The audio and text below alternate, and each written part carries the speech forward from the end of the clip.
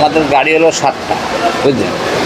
আমাদের 4টে গাড়ি চলে, 3টে গাড়ি বসাই তেলের জন্য সংকটের জন্য আসতে পারে না। এই জন্য আমরা টিকিট বেচা বন্ধ করছি। কারণ তেলের জন্য যদি না আসতে পারে, টিকিট বেচে তখন যাত্রীর সাথে হয়রানি, যাত্রীর ইয়ে করা, তখন তো আপনারাই ধরবেন, তখন প্রশাসন ধরবে, সবাই ধরবে। তখন ওই ইয়ে করতে তো আমরা রাজি না। মানে একটা বিপদে পড়বো, সেটা যাত্রী বিপদে না পড়ে, আমাদেরও বিপদে না পড়ি। এই জন্য আমাদের গাড়ির যে শিডিউল যেটা, সেটাই আমরা টিকিট বিক্রি করি, বুঝছেন, এইটুকু, বুঝছেন। সরকার তো বলতেছে যে তেলের কোনো সংকট নাই। হ্যাঁ, সরকার তো বলছে সরকার তাই, কিন্তু আমরা তো দেখছি সংকট, আমরা তেল পাচ্ছি না। আমরা তেল আনতে গেলে সর্বোচ্চ আমার গাড়ি লাগবে 50 লিটার তেল, আমি পাচ্ছি 20 লিটার তেল। এবার 20 লিটার তো আমার চলবে না, আপ ডাউন।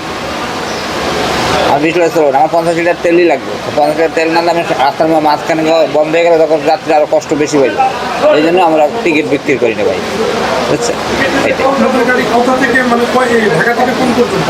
আমাদের এটা যায় আপনার একদম যশোর দিকে, ঢাকার থেকে যশোর, একদম আপনার এই মহেশপুরের দিকে, খালিশপুর, কালীগঞ্জের দিকে যায়। এটা কালীগঞ্জের দিকে একদম ইন্ডিয়া বর্ডার কিন্তু আমাদের। এই সমস্যার সমাধান হবে? সংকট থাকবে না, এদের আগে চলে যাবে, কিন্তু সংকট থাকবে না। সংকট থাকবে কিন্তু বাইরে বিদেশের কারণে সংকট আছে।